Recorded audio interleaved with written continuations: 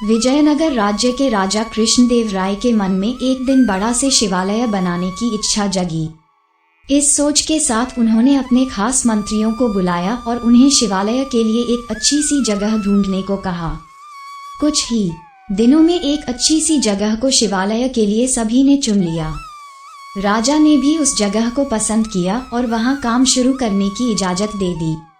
मंदिर बनाने का पूरा जिम्मा राजा ने एक मंत्री को सौंप दिया। वो अपने साथ कुछ लोगों को लेकर उस जगह की साफ सफाई करवाने लगा। तभी वहां खुदाई के दौरान शंकर देव की एक सोने की मूर्ति मिली। सोने की मूर्ति देखकर मंत्री के मन में लालच आ गया और उसने लोगों को कहकर उस मूर्ति को अपने घर में रखवा दिया। साफ सफाई करने वालों में से कुछ लोग तेनालीराम के खास थे। उन्होंने सोने की मूर्ति और मंत्री के लालच के बारे में तेनाली को बता दिया। इन सारी बातों का पता चलने के बाद भी तेनालीराम ने कुछ नहीं किया। वो सही वक्त का इंतजार करते रहे। कुछ दिनों के बाद मंदिर के लिए सुनिश्चित की गई जगह पर भूमि पूजन करने का मुहूर्त निकाला गया।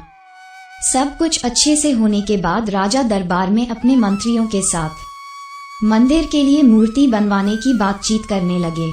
उन्होंने अपने सारे मंत्रियों से इसके बारे में राय मांगी। सबसे बात करने के बाद भी राजा मूर्ति को लेकर कुछ फैसला नहीं ले पाए। राजा ने अगले दिन फिर अपने सारे मंत्रियों को दरबार में मूर्ति के बारे में चर्चा करने के लिए बुलाया। तभी एक जटाधारी सन्यासी दरबार में आया। सन्यासी को देखकर सबने उन्हें आदर पूर्वक बैठने के लिए कहा। एक आसन पर बैठकर जटाधारी सन्यासी ने राजा से कहा कि मुझे स्वयं महादेव ने यहाँ भेजा है। मैं जानता हूँ कि आप लोग शिव मंदिर बनाने की सोच रहे हैं और वहाँ स्थापित करने के लिए मूर्ति कैसी हो उस पर यहाँ चर्चा हो रही है। इसी वजह से मैं यहाँ आया हूँ। जटाधारी सन्यासी ने आगे कहा कि भगवान शिव ने मुझे खुद आप लोगों की परेशानी दूर करने के लिए यहाँ भेजा है। राजा कृष्णदेव ने आश्चर्य से कहा कि खुद भगवान शिव ने आपको भेजा है। जटाधारी सन्यासी ने जवाब देते हुए कहा, हाँ, स्वयं महाकाल ने मुझे भेजा है। उन्होंने कहा कि शिव शंभू ने अपनी एक सोने की मूर्ति आपके लिए भेजी है। जटाधारी सन्यासी ने अपनी उंगली एक मंत्री की तरफ दिखाते हुए कहा कि उस मूर्ति को भगवान ने इस मंत्री के घर में रखा है। इतना कहकर सन्यासी वहां से चले गए।